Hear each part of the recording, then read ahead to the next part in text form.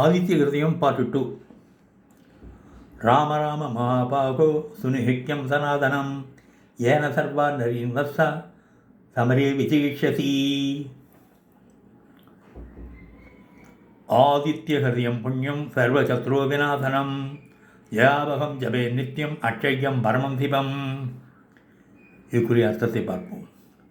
பலமான ஆயுதம் பொருந்திய ராமபிரானே, சத்துருக்களை தோற்கடித்து போரில் வெல்வதற்கான நிரந்தரமான தீர்வை உனக்கு இப்போது சொல்கின்றேன்